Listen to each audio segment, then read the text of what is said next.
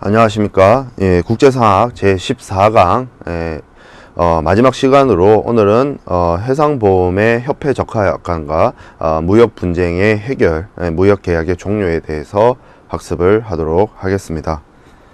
먼저 지난 시간에 살펴보았던 해상보험의 기초적인 개념에 이어서 우리가 알아봐야 할 내용은 해상보험증권에 대한 내용입니다. 해상보험증권은 해상보험을 체결한 보험자와 피보험자 사이에서 보험계약의 증거를 위해서 발행되는 것이고요. 보통은 표준보험증권을 통해서 그 표준보험증권의 내용들을 기재하고 그리고 뒤에서 설명드릴 협회적하약관이나 관련된 약관을 참고하는 방식으로 사용을 하게 됩니다. 최초의 해상보험증권은 굉장히 오래된 역사를 가지고 있습니다. 1779년에 런던의 로이즈 회원총회에서 채택된 로이즈 SG 팔리시가 가장 유명한 해상보험 증권으로서 사용되었고요. 가장 대표적이고 오랜 기간 동안 사용되었습니다. 이렇게 쭉 사용이 되어져 오다가 20세기 초 1912년에 뒤에서 말씀드릴 협회적하약관이 만들어져서 이 SG보험증권과 협회적하약관이 보험자의 권리 의무, 면책사항, 담보위험 이런 것들을 규정하는 방식으로서 해상보험의 계약과 해상보험 계약의 증거로서 역할을 수행을 했습니다. 그리고 이 로이드 SG 팔리시 외에도 회사용 합동보험증권이라고 하는 Companies Combined Policy 이런 것들이 있었는데요. 사실상 SG 팔리시, 로이드 SG 팔리시의 내용이 거의 동일을 합니다. 이 SG 팔리시의 SG는 ship과 goods입니다. 그래서 초창기 때 해상보험에서는 선박보험과 화물보험이 구분이 되어 있지 않았는데요. 지금에 와서는 선박보험과 화물보험은 구분이 되어서 사용되어지고 있습니다. 이게 이제 뒤에 나오게 될 신해상보험증권과 구별하기 위해서 구증권 이렇게 이야기하기도 하고요. 신해상보험증권은 1983년부터 사용이 되었고 로이즈 보험업자들과 런던 보험자 협회가 합동 위원회를 만들어서 1981년도에 제정을 하여서 만들어지게 된 것입니다. 이것도 두 종류가 있는데 UILU 마린 팔리시 폼의 경우에는 이 기업용 이렇게 해서 또 사용하기도 하고, 그리고 로이드 마린 팔리시 폼의 경우에도 로이즈에서 로이즈 회원들이 이러한 보험증권의 어떤 체결과 효력과 관련해서 사용을 하고 있습니다. 해상보험증권은 보험업자이자 보험자가 피보험자의 위험을 담보하고 인수하고 그러한 여러가지 약관이나 여러가지 중거법을 통해서 해상보험과 관련된 내용들을 규율하고 규정하는 데 그 목적이 있습니다. 근데 우리가 앞에서 살펴보았던 해상보험증권 같은 경우에는 1779년에 제정이 되어서 200여 년이 넘는 기간 동안 사용이 되었습니다.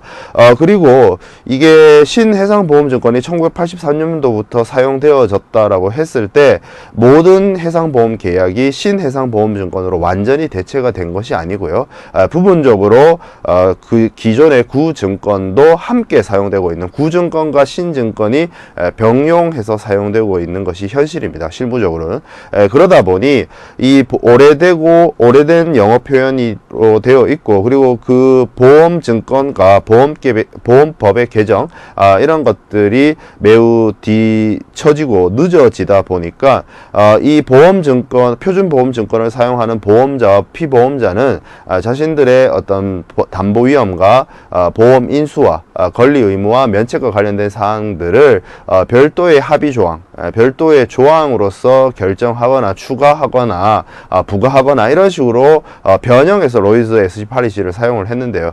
그렇게 하다 보니 여러가지 표준 약관이나 개별적인 보험 계약 사이에서 오는 여러가지 모순이나 충돌의 문제가 발생하게 되었습니다. 그래서 런던 보험자 협회가 중심이 되어서 화물보험, 적하보험이라고 하는 화물보험에 한해서 일종의 표준화되어 있는 표준 약관을 제정을 하게 되었는데요. 그것이 협회 적하약관의 시작이 되겠습니다. 그래서 런던 보험자 협회가 제정한 이 협회 저가 약관이 있는데, 이 협회 저가 약관도 9버전이 있고 10버전이 있습니다. 20세기 초반에 만들어져서, 이 20세기 초반에 만들어질 때는 모두 다 동시에 한꺼번에 만들어진 것은 아니고 순차적으로 개별적으로 만들어져서 사용이 되어져 온 구협회 저가 약관이 있고요. 그리고 1982년에 제정이 되어서 2009년에 한번 개정이 된 신협회 저가 약관이 있습니다.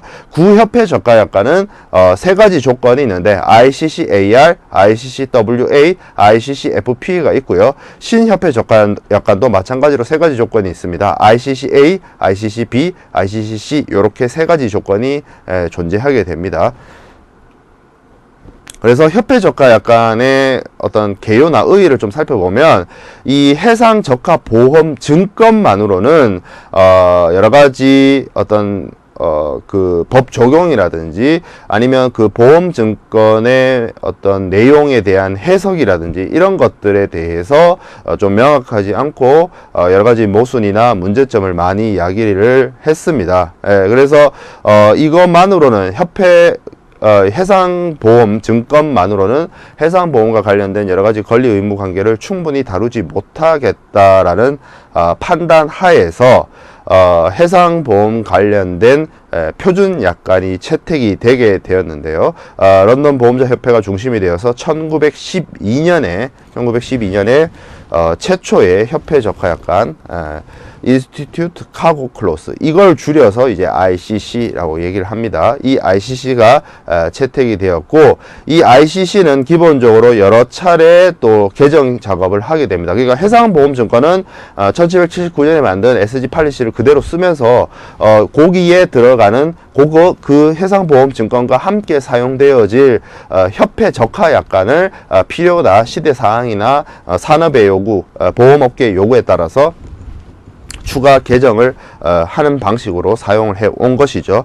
그래서 가장 마지막 이 구협회 저가 약관의 개정 버전이 1963년도 구협회 저가 약관이 되겠습니다. 1912년에 제정이 되어서 여러 차례 개정이 되어서 가장 마지막 개정이 1963년도에 이루어졌죠.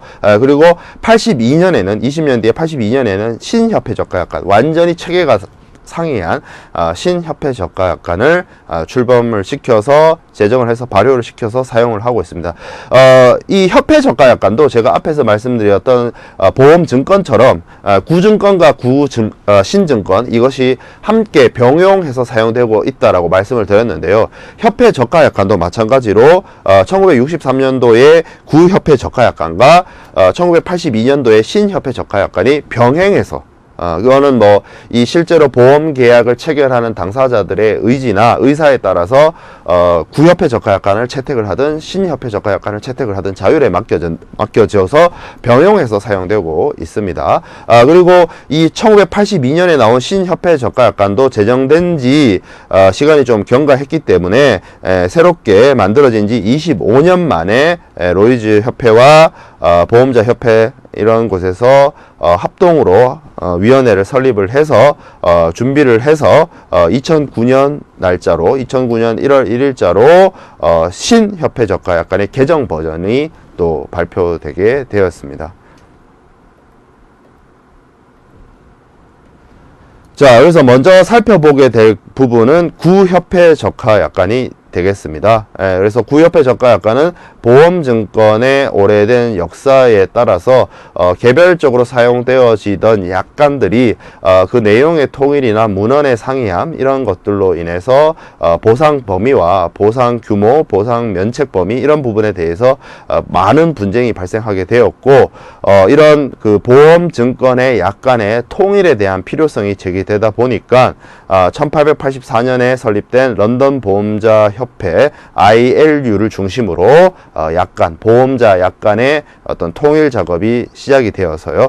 1908년부터 준비가 들어가서 1912년 5월 20일 날 런던 보험자 협회 회의에서 그 보험회사 와 언더라이터, 그리고 로이즈 언더라이터, 그리고 중개, 그 보험 중개인 협회 이런 사람들의 대표를 선발해서 초안을 만들고 그 소위원회에서 작성한 그 약관의 초안을 기초로 1912년에 6월 28일 그 채택이 되어서 1912년 8월 1일부터 사용되게 되었습니다. 그래서 이렇게 1912년부터 사용하게 된 구협회 적하약관은 세 가지 약관이 존재하게 되는데요. 이 세 가지 약관의 명칭은 앞에서 설명을 드렸던 것처럼 ICC-FPA, ICC-WA, ICC-AR이 되겠습니다. ICC-AR의 경우에는 전위험 담보 약관으로 All Risk라고 이야기를 하고요. WA는 분손을 담보해주는, 그러니까 with average죠. 분손이 particular average라고 하죠. 그래서 그 부분을 with 함께 간다, with 해서 분손을 담보해주는 약관이라는 뜻에서 WA 약관이라고 하고요. 그리고 단독 훼손 부담보 약관이 있습니다. 이 단독 훼손 부담보 약관의 부가 안이부자입니다. 그래서 보험자가 자유롭다는 것이죠. 보험자가 면책이 된다는 뜻입니다. 보험자가 보상을 해주지 않는다, 뭐에 대해서, 단독 훼손에 대해서. 그래서 free from particular average, 그렇게 줄여서 FPA로 사용하는 단독 훼손 부담보 약관, 이렇게 세 종류의 약관 종류가 있고요. 그 조건에 따라서 각각의 약관은 각각 14개의 조항으로 구성이 되어 있습니다. 이 14개의 조항 중에서 제5조, 중간에 있는 5조만 이것이 FPA냐, 이것이 WA냐, 이것이 AR이냐에 따라서 5조의 내용만 상이하고요. 나머지 1조에서부터 4조, 그리고 6조에서부터 14조까지의 내용은 FPA든 WA든 AR이든 모두 다 내용이 동일합니다. 그러니까 5조를 기준으로 이것이 FPA냐, WA냐, AR로 나뉘게 된다는 거죠. 사용을 할 때.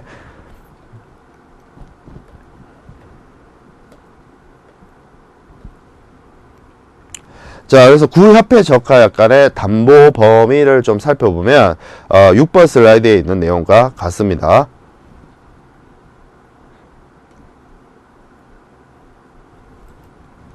자, ICC FPA를 먼저 살펴보면 분손 단독 훼손에 대한 부담보 약관이죠. 그래서 기본적으로는 원칙적으로는 전손, 그러니까 현실 전손과 추정 전손, 그리고 공동 훼손, 비용 손해에 대해서만 부보를 하는 것이 맞으나, 이름 자체가 분손, 단독 훼손을 부담보해 주겠다는 것이죠. 단독 훼손 부담보기 때문에 이 부분을 해주지 않으면 것이 맞으나, 단독 훼손 중에서 특정 분손이라고 할 수 있는 자초라든지 침몰이라든지 화재라든지 이런 것들이 발생했을 때의 단독 훼손, 그리고 선적이나 한적 양하, 그러니까 하역 작업 중에 포장 단위 하나가 파손되는 경우, 그리고 화재나 폭발이나 충돌이나 접촉, 피난항에서의 양하로 인한 손해에 대한 부분은 특정 분손으로서 담보를 해줍니다. 그러니까 여기에 규정되어 있지 않는 단독 훼손의 경우에는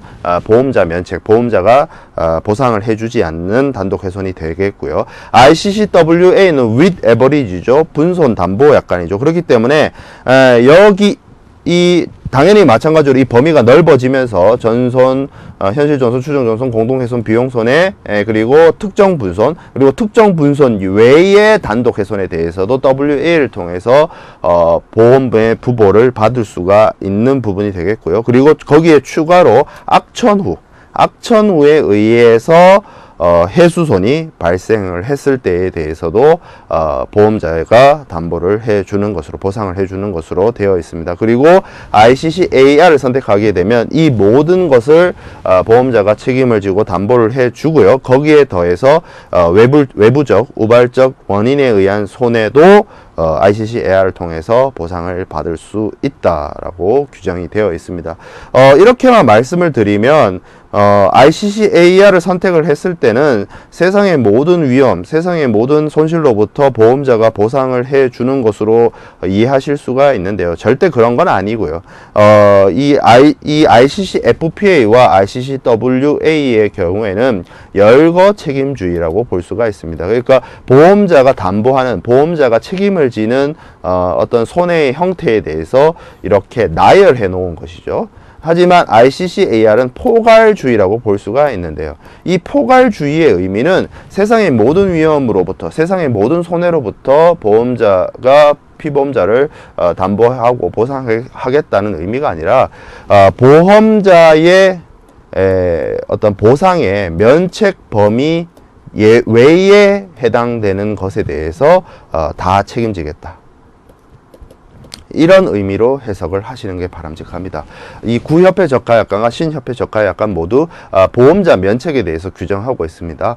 피보험자의 고의가 있었다든지 아니면 정말 불가항력적인 사유가 해당이 된다든지 아니면 화물 고유의 하자가 있었다든지 그리고 송환이나 피보험자의 잘못이라고 볼 수 있는 포장이나 이런 용기 사용의 어떤 불충분이나 부적합이 있었다든지에 대해서는 구협회 저가약관 모두 구협회 저가약관과 신협회 저가약관 모두 보험자 면책을 규정하고 있습니다. 그래서 보험자가 면책되지 않는 사유에 한해서는 ICC-AR이나 뒤에서 보게 될 ICC-A를 채택을 했을 때 그 면책 범위에 해당되지 않는 손해로부터 혹은 위험으로부터 발생한 손실, 멸실과 손상에 대해서 보험자가 보상을 해주는 것이 이 포괄 책임주의 전위험 조건 ICC-AR에 해당이 된다라고 말씀을 드릴 수 있겠습니다.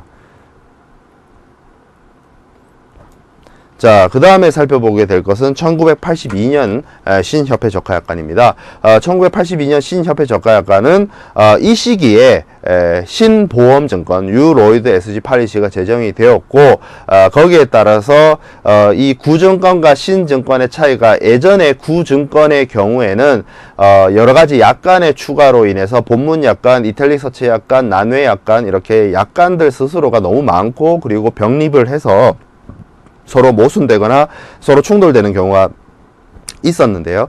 이 1982년 유로이드 SG 팔리시가 나오게 됨으로써 이 보험증권, 신보험증권에는 보험자의 보험 인수와 보험자의 피보험자에 대한 담보 그리고 피보험자가 보험자에게 지급을 하는 뭐 여러 가지 보험료 그리고 보험 가액 이런 내용들에 대한 규정이나 기술을 중점적으로 하고 실질적으로 보험자의 의무라든지 보험자의 보험 기간이라든지 보험자의 담보 범위라든지 보험자의 면책이라든지 보험금의 지급이라든지 이러한 내용들에 대해서는 협회 저가약관을 참고하거나 적용하도록 그 보험증권의 사용과 보험증권의 역할과 보험증권의 위상이 크게 변동이 일어나게 됩니다. 그것이 이제 신보험증권의 특징이 되겠는데요. 이렇게 신증권이 사용되게 됨에 따라서 거기에 발맞추어서 신협회 저가약관의 제정의 필요성이 대두되었고요. 그래서 이 신협회 저가약관을 구협회 저가약관과 이 예전에 사용되었던 구증권을 참고해서 그러한 내용들을 어떤 이제 신증권 시대에 맞게끔 신약관을 제정을 하게 되었다라고 볼 수 있겠습니다. 그래서 구증권 시절에는 이 구협회 저가약관은 그냥 보험자의 담보범위나 보험자의 면책과 관련된 일종의 보완적 역할 내지는 참고 자료 역할만을 수행을 했는데요. 이 신증권 로이드 SG 팔리시와 신협회 저가약관의 경우에 있어서는 신증권은 보험계약의 증거로서의 역할만 수행을 하고 실질적이고 세부적인 보험자의 담보범위나 보험자의 면책과 관련된 어떤 중요한 내용들은 이 신협회 저가약관을 통해서 규정을 하고 적용이 된다 라고 보실 수 있겠습니다. 그래서 이런 어떤 보험증권과 이 협회 저가약관의 개정을 통해서 어떤 보험의 해석, 보험증권의 해석과 관련된 큰 패러다임의 변화가 있었고요. 이 신협회 저가약관은 앞에서 말씀드렸던 것처럼 ICC-A, ICC-B, ICC-C 이렇게 세 가지의 약관이 사용되는데 마찬가지로 ICC-A도 이 ICC-AR처럼 포괄주의를 채택을 하고 있고요. ICC-B와 ICC-C의 경우에는 위험을 열거하는 책임주의를 채택을 하고 있습니다. 물론 ICC-AR과 ICC-A 그리고 ICC-WA와 ICC-FPA 이게 뭐 서로 유사하거나 비슷한 내용을 담고 있느냐? 절대 그렇지는 않습니다. 왜냐하면 뒤에서 설명을 드리겠습니다만 ICC 구협회 저가약관의 경우에는 손해가 이 약관의 어떤 구분을 하기 위한 규정으로 되어 있었고요. ICC ABC는 위험 사유, 위험이 발생하는 위험의 원인, 손인이라고 할 수 있죠. 손해의 원인에 대해서 그걸 통해서 이제 규정이 나뉘어지기 때문에 완전히 좀 다르게 접근을 해야 되는 부분이고 완전히 틀이 바뀐 것이죠. 다만 이 ICCWA와 ICCB, ICCFPA와 ICC의 경우에는 같지 않다라고 볼 수 있는데 ICCAR과 ICCA의 경우에는 두 개 다 포괄주의를 채택을 하고 있기 때문에 그 점에서의 어떤 유사점은 있습니다.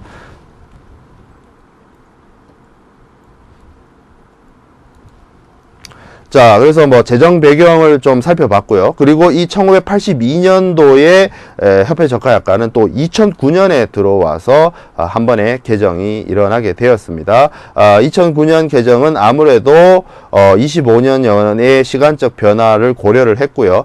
그리고 1982년부터 2009년 사이에 여러 가지 어떤 많은 환경적인 이 보험업계와 관련된 여러 가지 환경의 변화가 많이 일어나게 되었죠. 보험시장이 많이 변화하게 되었죠.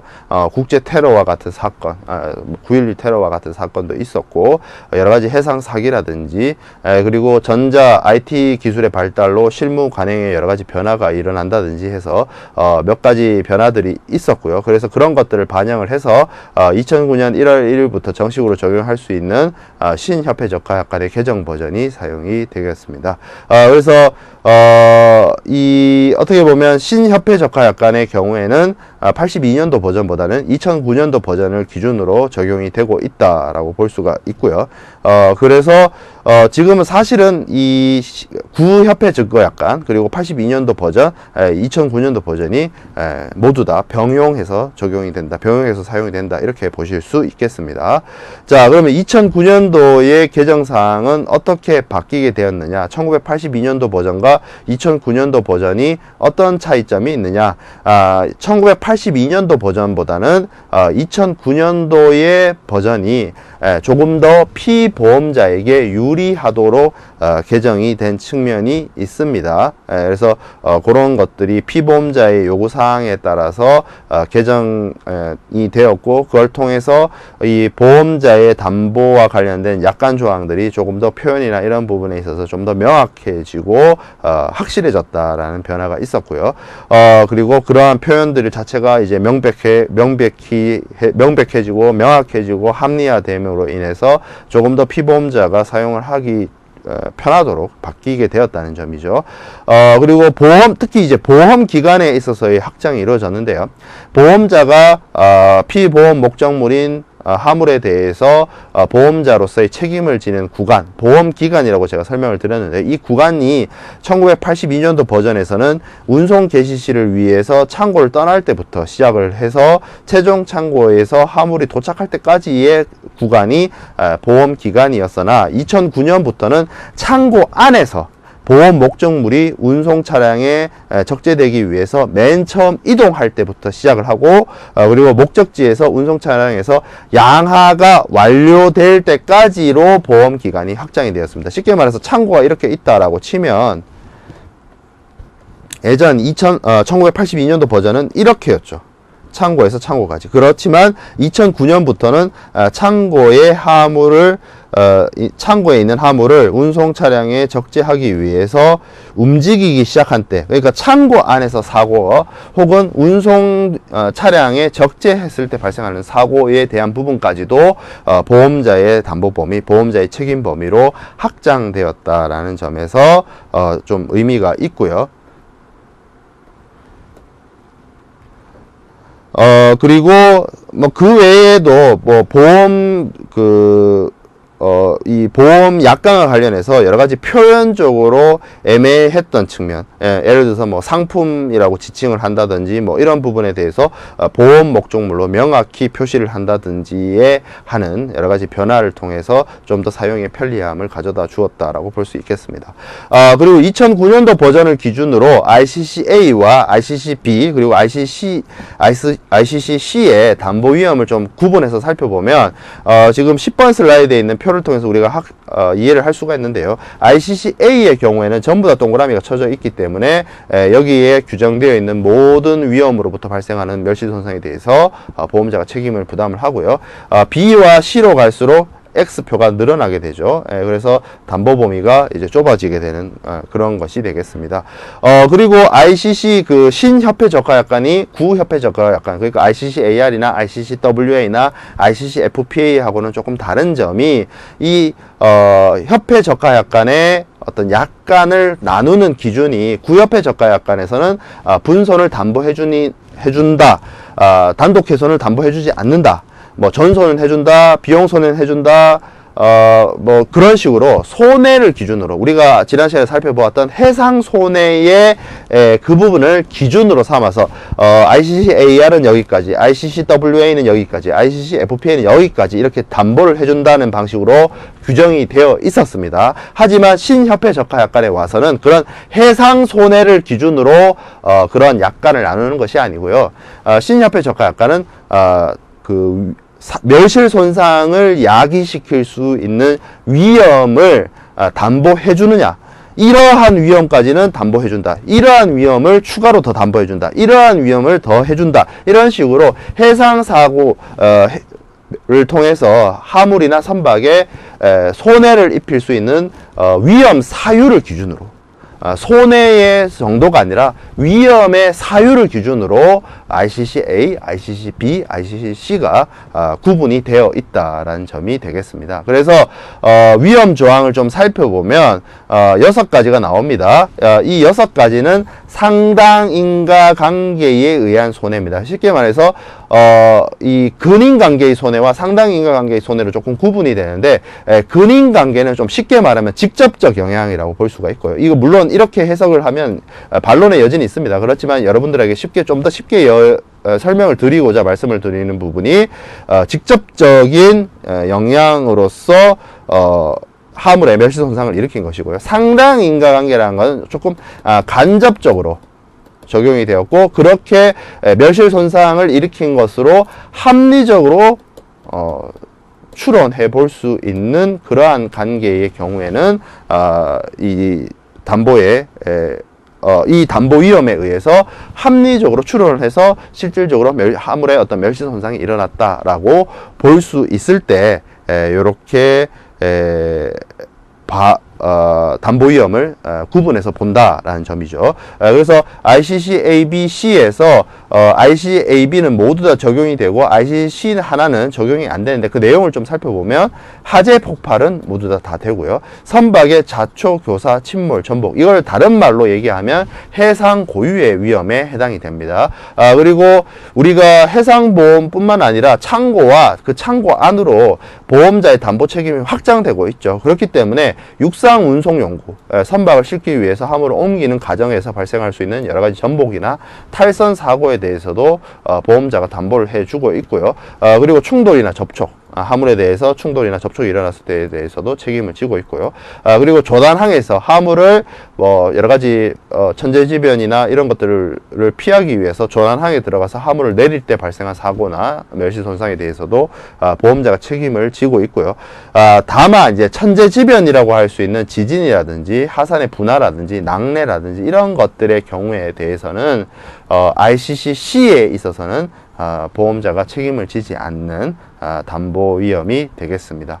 그리고 근인관계에 의한 손해를 좀 살펴보면, 공동훼손 희생의 경우에는 다 책임을 지게 되고요. 우리가 이제 선박과 화물에 공동의 위험이 처했을 때 선박을 살리기 위해서 화물이나 선박에 대한 어떤 부속품을 희생을 하는 그러한 분손의 한 종류로서 지난 시간에 학습을 했죠. 그리고 물품을 바다에 버리는 투하, 그리고 물품이 갑판 위에 실려 있다가 바닷물에 쓸려 나가는 갑판 유실, 그리고 선박 안에 있는 하물에 대해서 해수물, 바닷물, 그리고 호수물, 하천수, 그러니까 강물, 물이 침입을 해서 물품이 젖는 그런 손해의 경우에는 이제 담보 위험을 해주는데, 요 중에서 3번과 4번에 해당이 되는 갑판 유실과 해수, 호수, 하천수의 침입의 경우에는 ICCC의 경우에는 담보 위험에 해당이 되지 않습니다.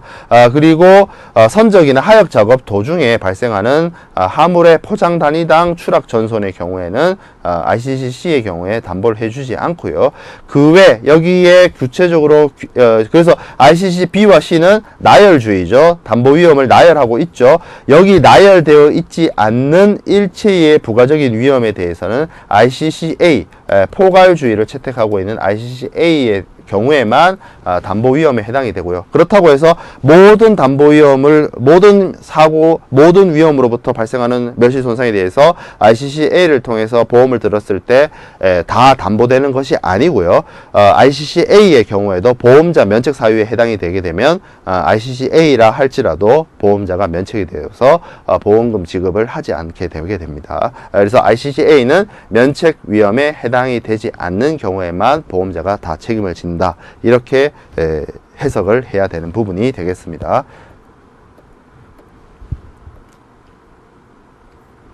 자, 그 다음에 항공보험이 있습니다. 항공보험은 하주를 마찬가지로 선박보험, 해상보험에 있어서도 우리가 하주를 위한 적하보험, 선박의 선주를 위한 선박보험이 따로 있었죠. 그래서 하주를 위한 보험은 항공화물보험이 되겠고요. 그리고 항공운송인을 위한 보험은 항공화물에 대한 배상책임보험이 되겠습니다. 그래서 항공화물보험은 기본적으로 우리가 해상 적하보험하고 유사하고요. 해상화물보험이죠. 해상화물보험과 비슷하게 협회 적하약관이라고 할 수 있는 ICCAR을 통해서 ICCAR을 통해서 부부하는 것이 항공보험, 항공화물보험, 항공적하보험이 되겠고요. 이것이 하주의 입장에서, 항공운송을 의뢰하는 하주 입장에서 보험회사와 직접 계약을 체결을 해서 협회 화물 약관 항공에 따라서 ICCAR을 따라서 항공보험을 체결을 해야 되는 문제가 있는데요. 이것이 만약에 과정이 오래 걸리고 번거롭다라고 한다면 이 하주는 우리가 앞선 시간에 살펴보았던 항공운송에 관련된 운송주선인이나 아니면 항공운송 대리점이나 아니면 프라이포워더, 복합운송주선인, 이런 사람들을 통해서 에어웨이비를 발행을 할 때 이 사람들을 통해서 보험 계약 체결을 의뢰를 해서 보험을 부부하는 항공화물 하주보험의 형태도 존재합니다. 그러면 이러한 중간에 운송 서비스를 제공하는 프라이포더를 통해서 보험 부보를 하고, 그러한 사실들이 에어웨이 빌에 항공화물 운송장에 기재되는 방식으로 보험을 드는 것이죠. 그럼 요 두 가지가 하주를 위한 보험이 되겠고요. 운송인, 항공운송인을 위한 보험은 항공사고가 발생했을 때 발생할 수 있는 여러 가지 배상 문제에 대해서 보험회사를 통해서 위험을 회피하는 그러한 항공화물 배상책임 보험이 존재합니다. 이거는 이제 항공운송인이 부부하는 그러한 보험이 되겠습니다.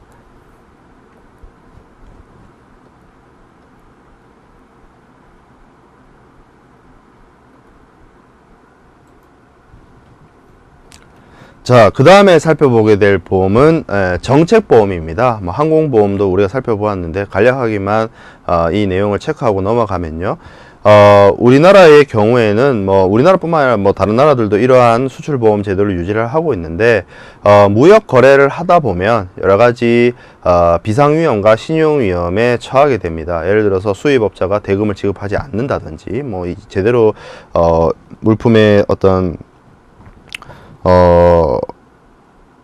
전달이나 뭐 이런 부분에 있어서 좀 문제가 있는다든지, 물품이 왔는데 이게 제대로 된 물품이 안 온다든지, 여러 가지 위험에 노출될 수 있는 문제가 있습니다. 그래서 이러한 신용위험이나 비상위험, 전쟁이나 내란으로 인해서 원활하게 거래가 이루어지지 않는 그러한 위험이 처했을 때 단순하게 그냥 무역거래 당사자들인 수출업자나 수입업자에게만 피해나 그 책임을 모두 다 씌우면 국내 수출업자들의 어떤 영업 활동이나 이런 부분이 많이 위축이 되겠죠. 그래서 국가 차원에서 이러한 무역 거래에 있어서의 비상 위험이나 신용 위험에 대해서 보험 제도를 운영을 해서 수출 거래에서 발생할 수 있는 여러 가지 각종 위험으로부터 자국의 수출업자나 생산자들을 보호하고자 그래서 만약에 무역 거래를 하는 데 있어서 이 수출 보험을 들게 되면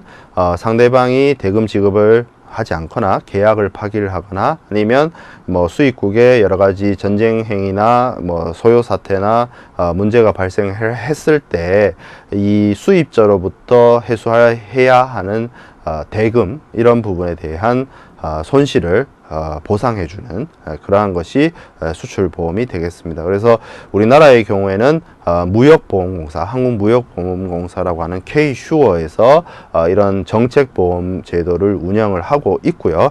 그래서 국내 수출업자들이 이 대금 회수 불능과 같은 위험이 발생을 했을 때 수출보험금을 지급하고 그리고 외국의 수출업자로부터 수입 쪽에 있어서는 모든 수입 거래에 해당이 되는 것은 아니고요.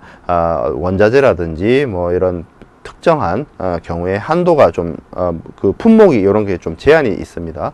그래서 수입 업자의 경우에도 외국의 수출업자가 제대로 된 뭐 계약 이행을 하지 않게 됐을 때 이런 선급금에 대한 부분, 대금을 먼저 지급했을 때 대금 회수 불능의 문제 이런 부분에 대해서 수입 보험금을 지급하는 그러한 역할을 수행하는 것이 한국무역보험공사의 역할이고요. 이러한 정책보험을 통해서 무역거래에서 발생할 수 있는 여러 가지 위험을 회피하는 그러한 수단으로서 제공을 하고 있습니다. 자, 그래서 우리가 보험에 대해서는 다 어느 정도 기본적인 개념에 대해서 학습을 했고요. 그 다음에 이제 살펴보게 될 부분은 무역 계약의 종료입니다. 이제 거의 뭐 수업의 마지막 부분이 되겠습니다. 그래서 무역 계약의 종료라고 하는 것은 양 당사자가 우리가 앞선 시간에 앞선 시간들에서 많이 학습을 했던 무역 계약의 성립에 따라서 그 성립된 무역 계약의 내용을 바탕으로 양 당사자가 의무 이행을 하고 물품을 보내고 대금 지급을 하게 돼서 그러한 이행이 완전히 이행이 되었을 때, 이행 완료가 되었을 때 무역 계약이 종료가 되는 것이 가장 정상적인 상황이라고 볼 수가 있겠습니다. 하지만 이런 정상적인 상황 외에도 뭐 세상 모든 일이 계획대로 다 되는 것은 아니죠. 그래서 여러 가지 계약의 이행이 어려운 여러 가지 상황, 사정, 그리고 외부적인 요인 이런 것들이 발생할 수가 있게 되는데요. 그러한 경우에는 계약 당사자가 상호간의 합의에 따라서 이 무역 계약을 없던 일로 소멸시키는 경우도 있고요. 그런 경우에 이제 합의에 의한 종료가 되겠습니다. 아니면 계약 일방의 당사자, 그러니까 수출업자가 됐든 수입업자가 됐든 당사자 한 명이 자신의 잘못으로, 자신의 기책 사유로 계약 내용에 대한 이행을 하지 않게 되었을 때 그 반대쪽에 있는 사람, 계약 위반을 당한 사람이죠. 계약 위반을 당한 사람이 이 계약을 해지하겠다, 이 계약을 취소하겠다라는 의사표시를 해서 계약 위반에 의해서 이 무역 계약이 종료되는 경우도 있을 수 있습니다. 가장 좋지 못한 경우죠. 한쪽이 계약 위반을 해서 상대방에게 피해를 주게 되는 경우입니다.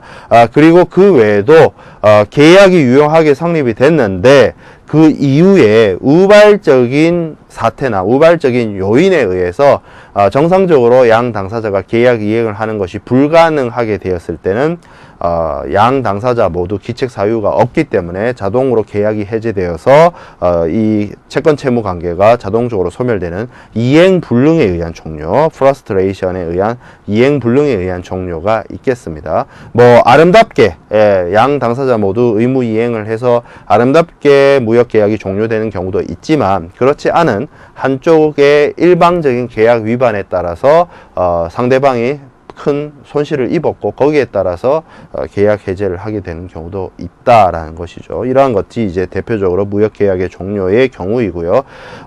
이제 문제가 되는 것은 이제 계약 위반이 되겠죠. 합의에 의해서 끝냈거나 아니면 뭐 양당사자가 합의하에서 뭐 이 계약 불능의 사태에 빠져서 이행을 중지하거나, 아니면 제대로 이행을 제대로 해서 이행을 완전히 아름답게 끝냈다라고 한다면 문제가 되지 않는데, 계약 당사자 한쪽에 기책 사유가 있는 계약 위반에 따라서 계약 해제를 해야 되는 그러한 상황이 되게 된다면 문제가 커지게 됩니다. 그래서 계약 위반의 사유, 계약 위반의 유형은 먼저 이행 태만이 있을 수 있습니다. 계약을 이행할 수 있었음에도 불구하고 계약 목적을 제대로 달성하지 못하게 된 경우에는 이행 태만이 되고요. 계약의 이행 불능이 있습니다. 이 경우에는 이제 원시적 이행 불능과 후발적 이행 불능이 있는데, 원시적 이행 불능은 원래 처음부터 이 계약의 성립 자체가 불가능했던 것이죠. 예, 그런 경우에는 계약 성립 자체가 무효가 되어서 원래부터 없던 일이 돼버리는 그런 상황이 되겠고요.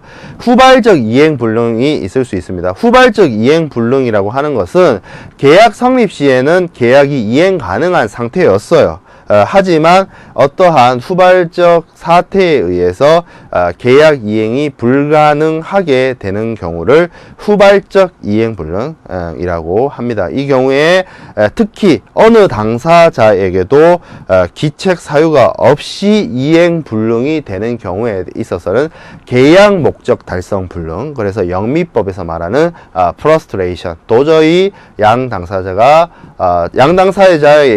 당사자에게는 잘못은 없지만 양 당사자가 도저히 계약 이행을 할 수가 없는 그러한 상황이다. 그렇기 때문에 양 당사자가 이 계약에 따른 권리와 의무, 그런 어떤 채권 채무 관계로부터서 양 당사자가 모두 면책이 되게 되는 그러한 내용, 그러한 법리를 이 계약의 이행 불능의 후발적 이행 불능, 특히 양 당사자에게 기책 사유가 없는 경우에 계약 목적 달성 불능, frustration에 해당이 된다라고 볼 수가 있겠습니다.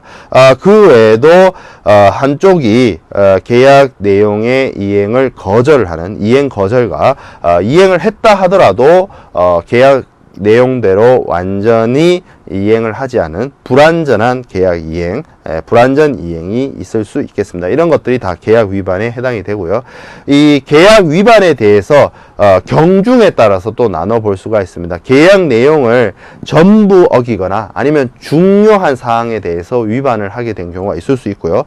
계약의 내용 중에 중차대한 내용들은 다 이행을 했지만 세부적인 사항, 그렇게 중요하지 않은 사항 혹은 미미하거나 경미한 사안에 대한 계약 위반이 있을 수 있겠습니다. 그런 경우에는 특히 이 영미법에서는 이러한 부분에 대해서 그 해결 방안이나 위반의 어떤 유형이 좀 나뉘게 되는데요. 우리가 학습을 했던 UN 국제물품매매계약에 관한 협약, 즉 CISG에 있어서는 이런 전부 또는 중요한 사항의 위반에 있어서는 본질적 계약 위반, fundamental breach라고 하고요.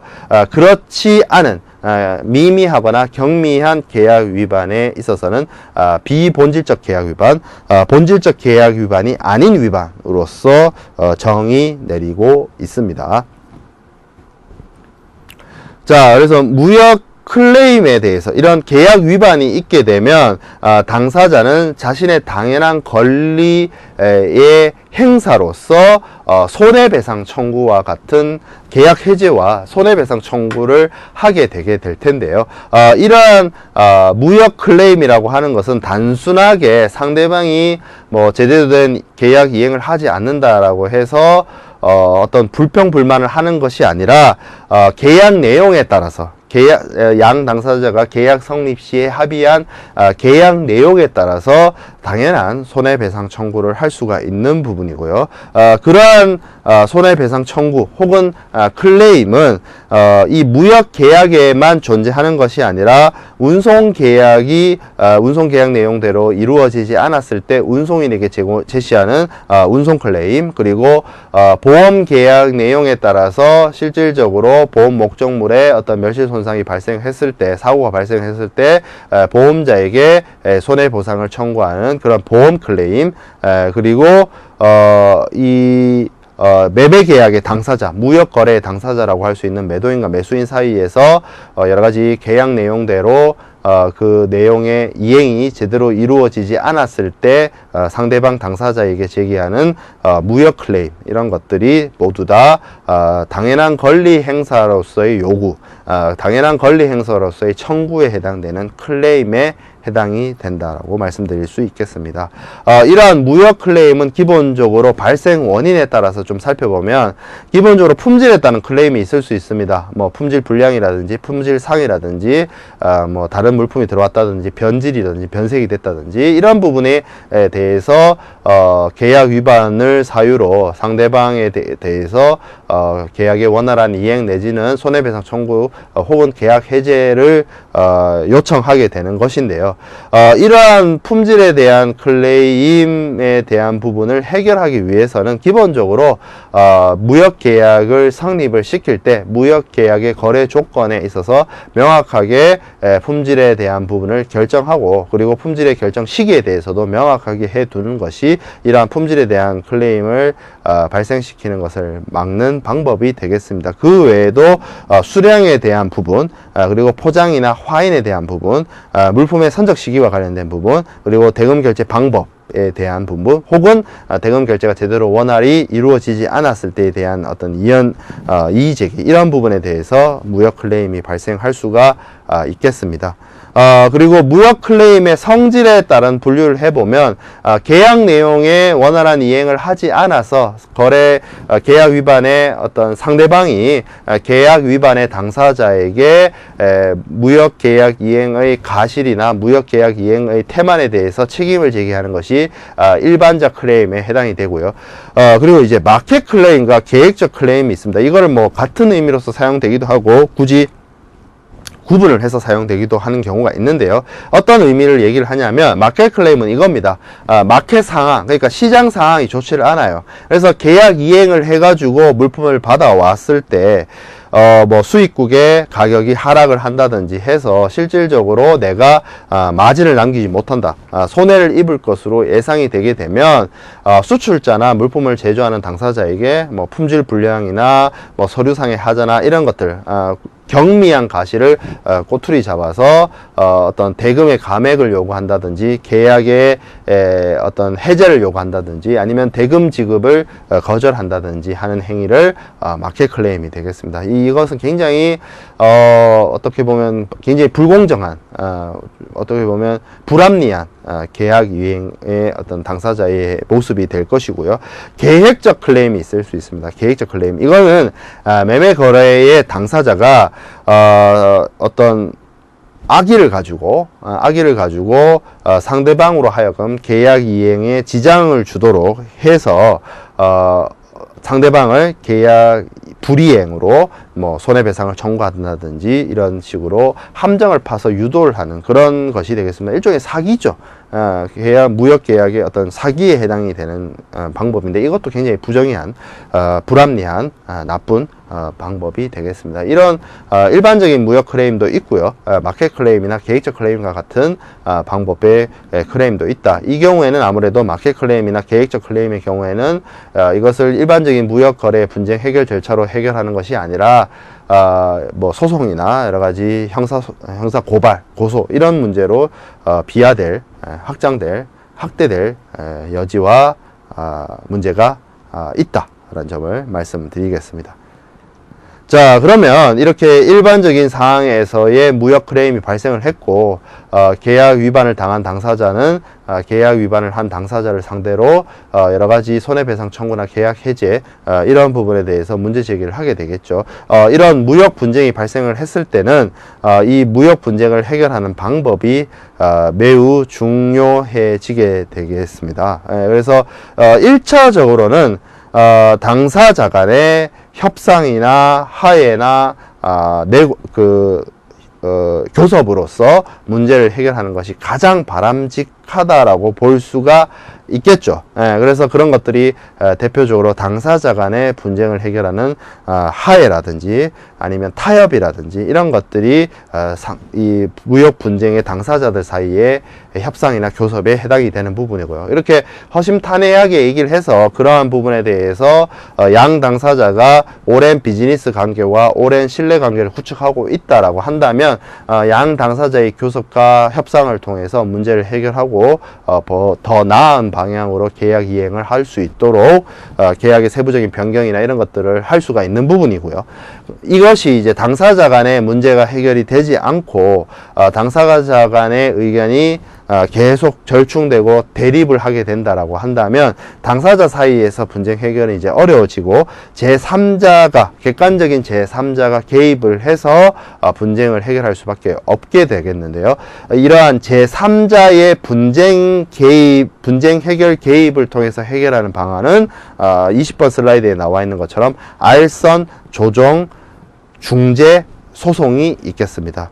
이 중에서 알선하고 조정은 알선인이나 조정인이 알선안이나 조정안을 양 당사자, 분쟁 당사자에게 제시를 해서 해결을 하는 것인데요. 이 조정과 같은 방식을 사용을 했을 때는 양 당사자를 법적으로 구속하는 방법이 없기 때문에 철저하게 양 당사자가 모두 다 동의한 경우에만 이 조정안으로서 분쟁을 해결할 수가 있는 것이 되는 것이고요.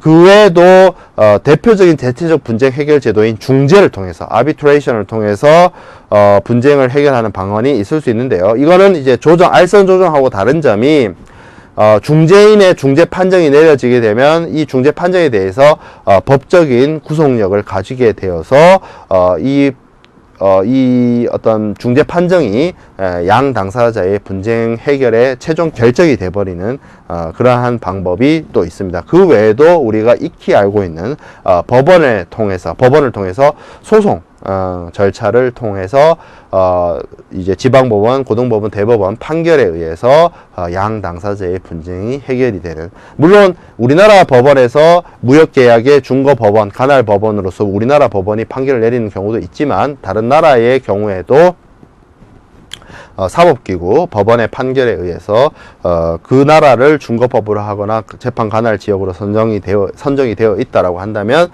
그 나라 법원의 판결에 따라서 양 당사자의 분쟁이 해결이 되어지게 될 것입니다.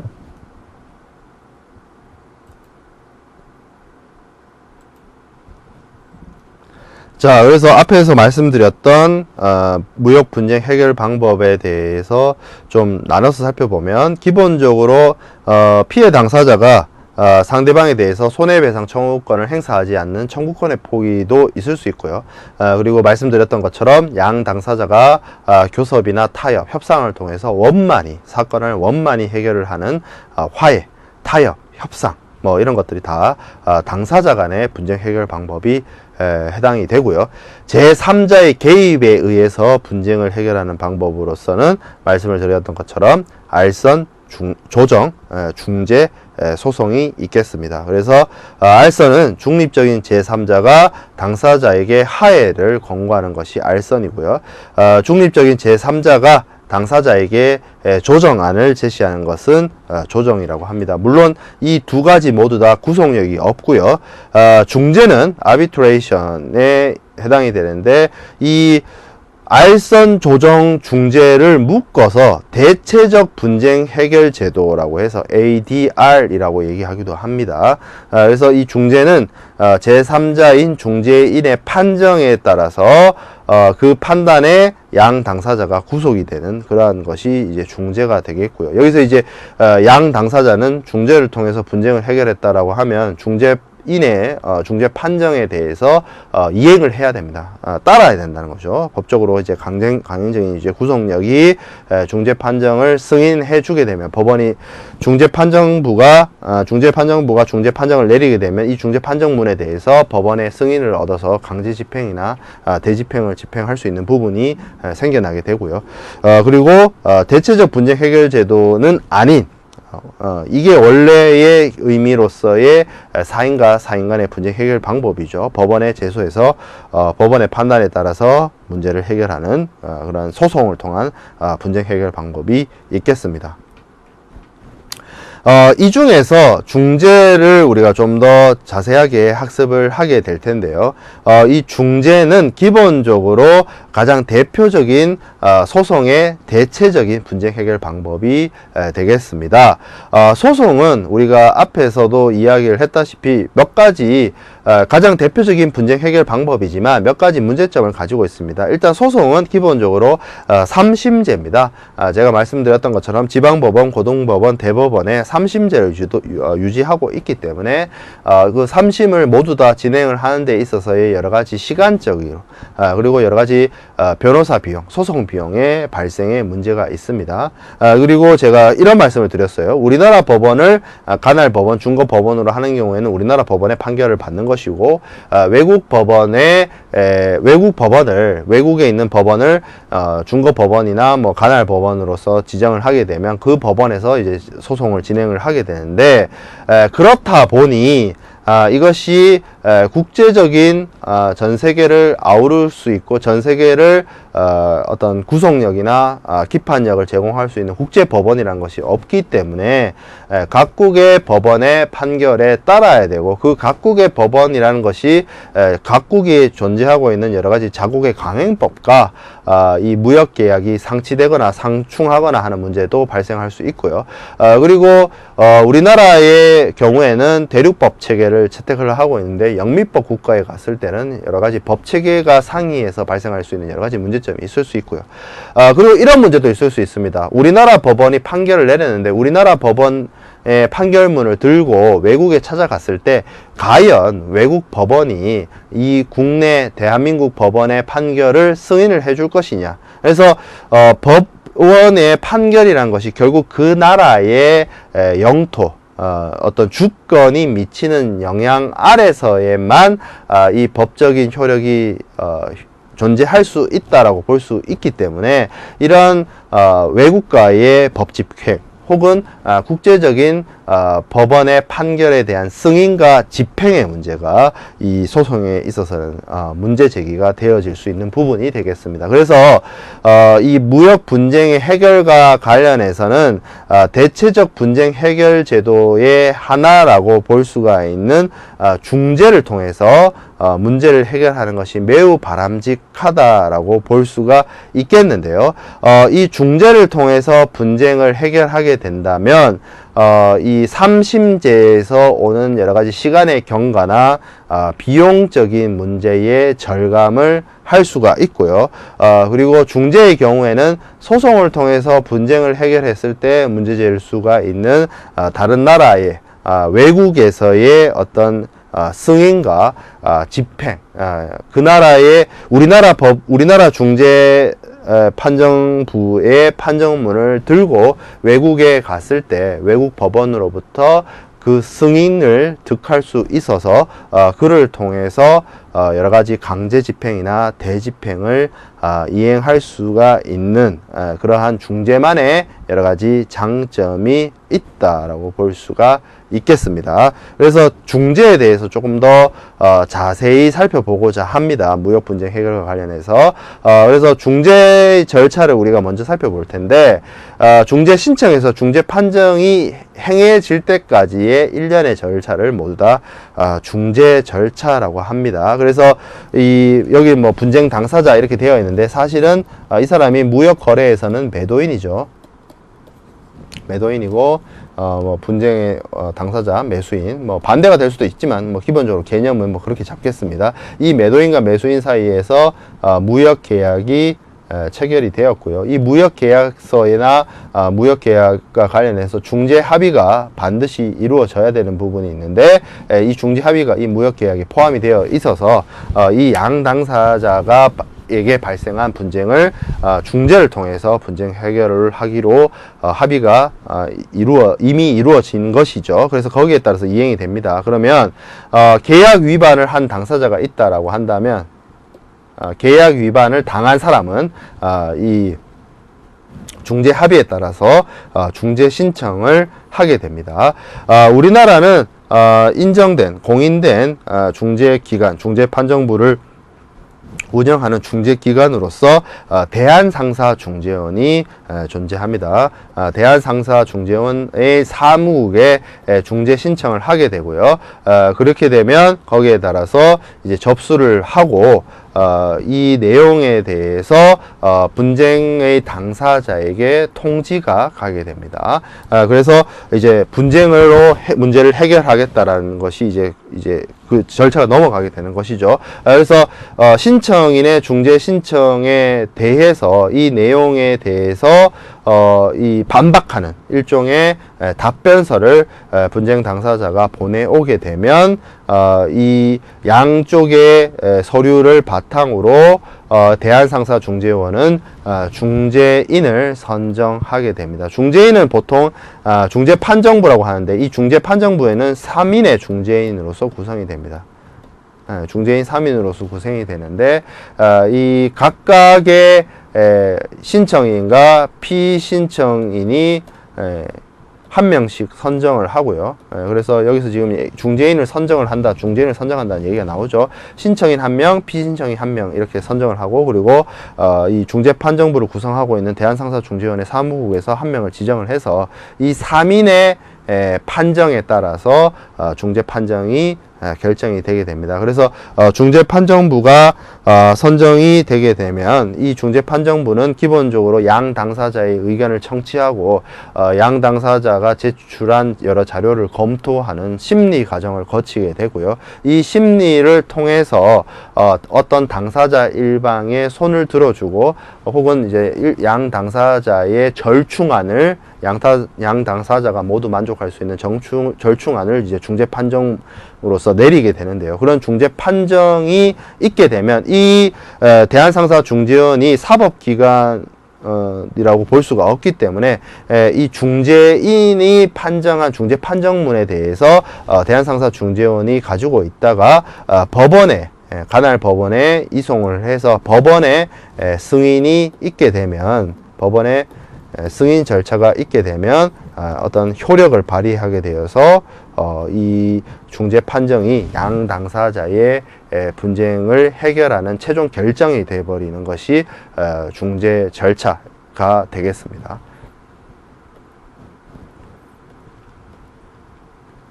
자, 그래서 제가 앞에서 이 중재 합의에 대한 부분을 말씀을 드렸는데요. 이렇게 양 당사자가 분쟁을 중재로서 1심으로서 중재인을 선정을 해서 중재판정부를 구성을 해서 중재 판정을 받아서 양 당사자가 구속되고 양 당사자가 거기에 따른 기판력, 기속력에 의해서 분쟁 해결을 해야 된다는 것은 어떻게 보면 사인과 사인 사이의 합의에 의해서 그런 식으로 분쟁을 해결하도록 합의를 했기 때문에 가능한 것입니다. 그렇기 때문에 반드시 분쟁 해결을 중재로서 해결하고자 하는 당사자는 무역계약서나 혹은 별도의 중재합의서에 양 당사자가 분쟁이 발생했을 때는 중재로서 해결을 하겠다라고 하는 중재 합의를 반드시 해야만 이 당사자 사이에서의 분쟁 해결을 중재 절차를 통해서 해결을 할 수가 있게 됩니다. 만약에 무역계약서에 중재 조항이 들어가 있지 않고 중재 합의서도 별도로 이루어지지 않았다라고 한다면 이 당사자들 사이에서의 분쟁 해결은 중재로서 해결하는 것이 아니라 뭐 다른 별도의 분쟁 해결 절차를 통해서 진행을 해야 되는 것이고요. 그렇게 되었을 때는 소송으로서 진행되게 되면 여러 가지 소송의 문제점이라고 할 수 있는 시간과 비용의 가다와 같은 문제가 발생할 수가 있습니다. 그래서 반드시 무역계약을 체결할 때 분쟁을 중재로서 해결하고자 한다라고 한다면 무역계약서나 무역계약서에 중재 조항을 두거나 아니면 중재 합의서를 따로 별도로 서면으로서 작성을 해서 이 대비를 하는 것이 바람직하고요. 그렇게 중재 조항 내지는 중재 합의에 표준적으로 들어가야 되는 내용에 대해서 대한상사중재원이 추천을 하고 있습니다. 이런 내용인데요. 국문 내용만 좀 살펴보면 이 계약 또는 이 계약과 관련해서 계약의 불이행으로 말미암아 당사자 간에 발생하는 모든 분쟁, 논쟁의 의견 차이는 대한민국 서울특별시에 존재하는 지금 현재는 삼성동에 있는 무역센터에 위치하고 있습니다. 대한상사중재원의 상사중재 규칙 및 대한민국의 중재법, 대한민국 법에 따라 중재인에 의해서 3인의 중재인에 의해서 최종 결의로서 분쟁을 해결한다 라고 선언을 하고 있고요. 그리고 이들 중재인이 내리는 것은 중재인이 내리는 중재 판정은 최종적으로서 양 당사자 쌍방에 대해서 구속력을 가진다, 기속력, 기판력을 가진다라는 점을 명확하게 이야기하는 이러한 표준 중재 조항을 무역계약서나 중재합의서에 넣어서 당사자 분쟁을 중재로 해결하고자 하는 선언을 해야만 그렇게 중재 절차를 통해서 분쟁을 해결할 수가 있겠습니다. 자, 그래서 중재 합의가 매우 중요합니다. 중재 합의가 매우 중요한데 분쟁을 중재로서 해결하기로 합의하는 것인데 기본적으로는 사전 중재 합의가 대표적이죠. 중재의 대상이 되는 사안에 대해서 분쟁이 발생하기 전에 미리 합의를 해서 매회 계약서에 중재 조항을 넣어놓거나 하는 방식으로 해결을 한다는 것이고, 그 다음에 사후 해결도 사후의 중재 합의도 가능은 합니다. 이미 발생한 분쟁에 대해서 중재로서 분쟁을 해결하기로 합의하는 방식이 사후 중재 합의가 사후 중재 합의인데 이 경우에 잘 없습니다. 왜냐하면 분쟁이 이제 발생을 했어요. 그렇게 되면 당사자들이 여러 가지 유불리를 판단을 하게 됩니다. 그래서 분쟁이 발생한 후에 중재를 합의를 해서 분쟁 해결을 중재로 한다. 그 경우에는 양 당사자가 의사 교환을 해서 중재 합의서를 별도로 작성을 해야 되는데 양 당사자는 이미 유불리에 대한 판단이 어느 정도 서죠. 그렇기 때문에 이 사후 중재 합의는 사실상 좀 어려운 측면이 있고요. 대체적으로는 이런 분쟁을 중재로서 해결하고자 할 때는 사전 합의를 통해서 무역의 매매 계약서나 무역 계약서의 중재 조항, 앞에서 살펴보았던 표준 중재 조항과 같은 내용을 삽입을 해서 분쟁을 중재로서 해결하겠다라고 미리 사전에 합의를 하는 것이 바람직합니다. 그리고 뭐 선택적 합의도 있을 수 있습니다. 소송과 중재를 선택적 분쟁 해결 방법으로서 규정을 해서 소송 또는 중재로서 선택을 해서 분쟁을 해결할 수 있도록 규정하는 그러한 선택적 중재 합의도 가능은 하다라는 점이 되겠습니다.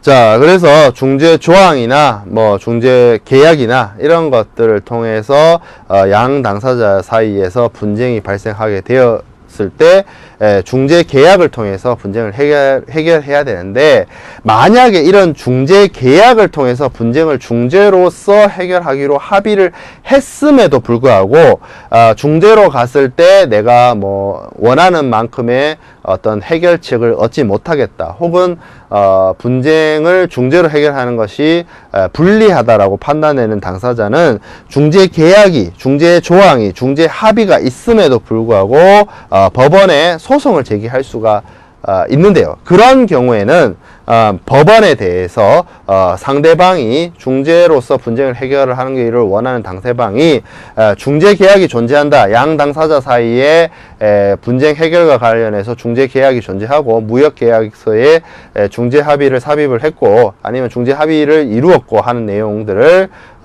이 법원 쪽에 항변을 하게 되면 이 사안에 대해서 법원은 소송 제기에 대해서 기각을 하고 양 당사자의 분쟁을 중재로서 해결하도록 명령을 내리게 됩니다. 그렇기 때문에 중재 조항을 이 계약 내용에 넣게 되면 분쟁의 해결은 소송으로서 해결할 수가 없고 중재 합의에 따라서, 중재에 따라서 분쟁 해결을 하게 된다는 점을 알아둘 필요가 있겠죠. 미리 당사자들이 인지할 필요가 있겠습니다. 자, 그리고 이 중재가 가지는 가장 중요한 장점 중에 하나가 제가 앞에서 말씀드렸다시피 우리나라 법원의 소송에 의해서 대법원 판결이 났다라고 했을 때 이 대법원 판결은 결국에는 그 대한민국 국민과 대한민국의 주권이 미치는 영역 안에서만 효력이 있다라고 보여질 수 있습니다.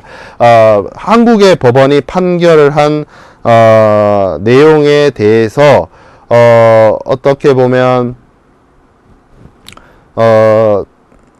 이것을 뭐 외국의 법원에 가서 한국의 대법원 판결문을 들고 미국이나 뭐 이런 외국에 가서 뭐 그거를 강제 집행을 하려고 한다, 뭐 대집행을 하려고 한다. 그러면 그것이 사실상 불가능하겠죠. 왜냐하면 한국 법원의 어떤 효력이, 판결의 효력이 국경을 넘어서 주권의 영역을 넘어서 외국에 있는 당사자나 외국에 있는 법인에게까지 영향을 미치는 것이 사실상은 어렵고 불가능하게 가깝기 때문입니다.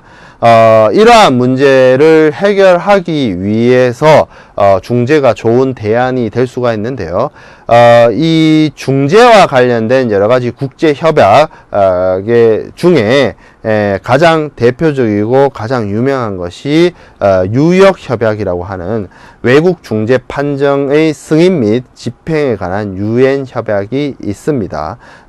이 외국 중재 판정의 승인 및 집행에 관한 유엔 협약은 기본적으로 외국의 중재 판정의 구속력에 대해서 인정을 하고 집행을 하는 것이 이 뉴욕 협약에 대한 내용이 되겠는데요. 기본적으로 우리나라를 포함해서 수많은 나라들이 이 뉴욕 협약에 가입을 한 상태이고요. 뉴욕 협약의 가입국에 해당이 되면 그 나라의 중재 판정부 외에도 외국의 중재 판정에 대해서 그 나라의 법원은 국내의 중재 판정부의 판정문처럼 외국의 중재 판정문에 대해서도 승인을 하고 그 집행, 강제 집행을 하는 것에 대해서 허락을 해야 되는 그러한 조항이, 그러한 국제 협약이 이 외국 중재 판정의 승인 및 집행에 관한 유엔 협약이 되겠습니다. 그렇기 때문에 이 유엔 협약에 따라서 한국의 대한상사중재원에서 일어난 중재 판정을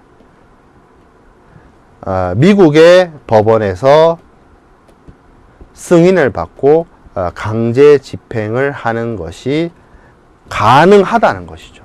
왜냐하면 미국도 뉴욕협약의 가입국이고 한국도 뉴욕협약의 가입국이기 때문에 대한상사중재원, 외국의 중재 판정에 대해서 미국 법원이 승인을 하고 그 중재 판정에 따라서 강제 집행을 해야만 하는 그러한 효력을 가지게 된다는 것입니다. 이것은 법원의 판결이 국가의 법 영역을 뛰어넘어서 효력을 미치기가 어려운 그러한 문제점을 완전히 해결할 수 있는 중재만의 장점이 되겠습니다. 그리고 이러한 중재 판정의 국제성은 이 중재의 절차나 중재의 방법에 있어서도 ICC 중재 규칙이나 국제상사 중재에 관한 운시트랄 모델법을 우리나라가 중재법으로 수용을 했기 때문에 다른 나라들의 중재법과 우리나라의 이 상사중재법이 거의 뭐 내용이 거의 유사하고 동일합니다. 왜 그러냐면 운시트렐이 제정한 국제상사중재에 관한 모델법을 각국의 중재법으로 거의 다 수용을 했기 때문이죠. 그렇기 때문에 이 중재가 가지고 있는 국제성, 절차나 방법의 통일, 그리고 이 중재 판정이 내려졌을 때의 승인과 집행의 가능성, 이 측면에서, 이 두 가지 측면에서 중재가 소송과 다르게 국제성을 가진다라는 점입니다. 그래서 절차와 방법이 다 이 국제상사 중재에 관한 운시트랄 모델법을 수용한 중재법에 따라서 이루어지기 때문에 절차와 방법이 거의 대동소이합니다. 전 세계의 그 중재 기관들이. 그리고 전 세계 그 주요한 중재 기관들이 그 각국이 뉴욕 협약의 가입국으로서 역할을 하기 때문에 우리나라에서 받은 중재 판정, 외국에서 소송에서 받은 중재 판정을 모두 다 상대방 국가나 다른 나라에서 승인과 강제 집행을 허락을 받을 수가 있게 된다는 점이죠. 그런 것들이 이제 중재의 장점으로서 무역 계약의 분쟁의 가장 대표적인 해결 방안으로서 위치하고 역할을 하는 그러한 점이 되겠습니다.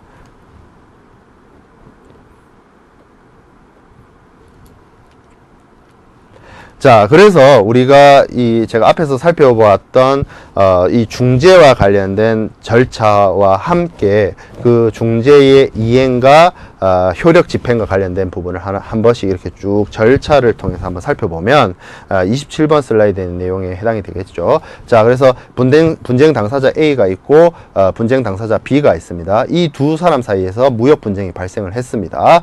그래서 중재 합의가 이 매매 계약서 상에 있다라는 것이죠. 매매 계약서 상에 중재 합의가 있게 되면 이것을 통해서 중재를 통해서 분쟁을 해결해야 되는 것이지 법원에 소송을 제기해서 분쟁을 해결하는 것은 불가능합니다.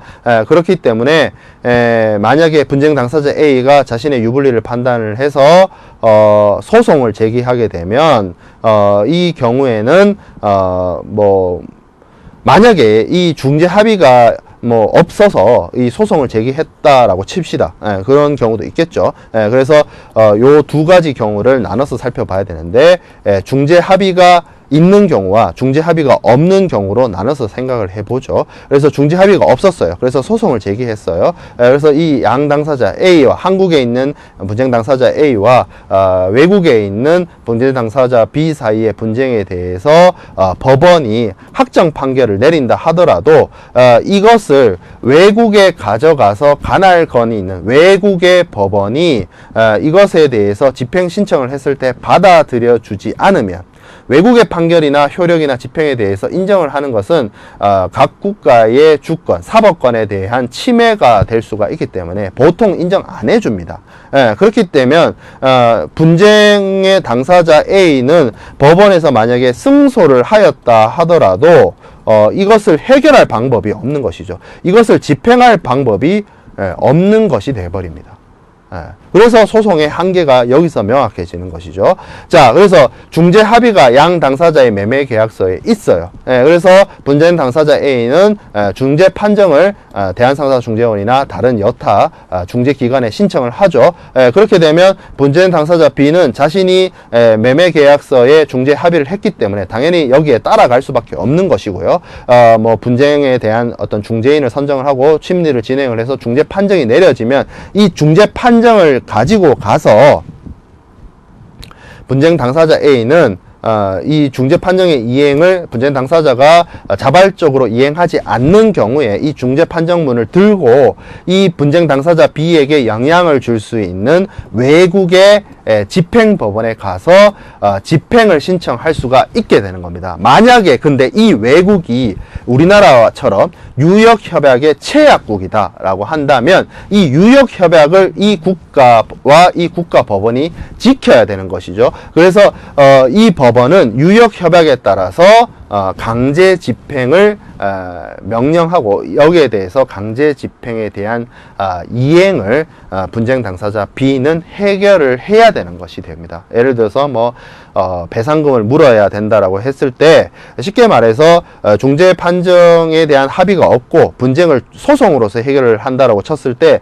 이 분쟁 당사자 B로부터 분쟁 당사자 A가 손해배상금을 받아야 된다라고 했을 때 법원에서 아무리 손해배상 판결을 내린다 하더라도 이 관할 법원이 강제 집행을 인정을 해주지 효력을 인정해주지 않으면 손해배상금을 받을 수 없으나 중재를 통해서 분쟁을 해결한다라고 했을 때는 중재 판정에서 손해배상에 대한 결정이 내려졌을 때 이를 분쟁 당사자 A는 분쟁 당사자 B가 있는 관할 법원에 신청을 해서 분쟁 당사자 B로 하여금 손해배상을 강제 집행할 수 있도록 만들 수 있다는 것이죠. 이러한 중재의 국제성이 무역 분쟁의 해결에 있어서의 좋은 방안이 되는 것입니다.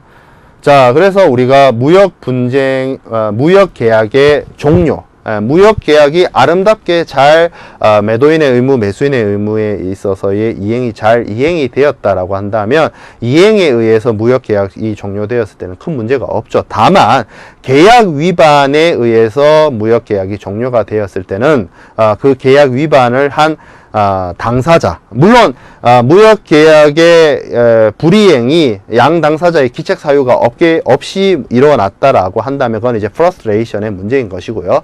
당사자 일방의 계약 위반에 의해서 상대방이 계약 해제를 선언하고 손해배상을 청구하게 되면 무역 분쟁, 무역 클레임에 의해서 무역 분쟁이 일어나게 되는 것이고요. 무역 분쟁을 해결하는 방안은 당사자 사이의 합의와 교섭과 협상을 통해서 해결을 할 수도 있지만 제3자, 객관적인 제3자의 개입에 의해서 무역 분쟁을 해결할 수도 있습니다. 그것이 알선 조정 소송 중재가 있었고요. 이 중에 알선 조정 중재는 소송에 대한 어떤 대체적 분쟁 해결 제도 ADR로 불리고요. 그 중에서도 특히 중재의 경우에는 알선이나 조정이 제3자의 어떤 공고안이나 조정안이 양 당사자를 구속하는 구속력이 없었지만 중재의 경우에는 양 당사자 사이에 있었던 중재 합의, 중재 계약에 따라서 중재 판정부가 내린 중재 판정이 양 당사자의 분쟁을 해결하는 최종적인 결정이 되어버리고 되고요. 그만큼의 기속력과 기판력을 가지고 있고요. 그만큼의 효력을 가지고 있고요. 거기에 더 나아가서 외국에 있는 당사자에게 강제 이행과 강제 집행을 할 수 있게끔 뉴욕협약의 회원국들 사이에서는 서로 중재 판정에 대해서 국제적인 승인과 집행을 할 수 있는 그러한 국제성을 가지고 있습니다. 그렇기 때문에 중재를 통해서 계약 위반이 있는 무역 계약 종료의 경우에는 무역 분쟁을 중재로서 해결을 할 수가 있다는 점입니다. 자, 이렇게 해서 우리가 무역 계약의 의미, 무역에 대한 의미와 무역 계약의 제조건, 그리고 무역 계약의 성립, 그리고 무역 계약의 성립과 이행을 규율하고 있는 UN 국제물품매매계약에 관한 UN 협약, 그리고 대금 결제와 신용장, 그리고 국제 운송과 해상보험, 그리고 오늘 수업을 한 무역 분쟁의 해결에 이르기까지 무역 실무, 국제상학의 전체 프로세스에 대해서 우리가 쭉 살펴보았습니다.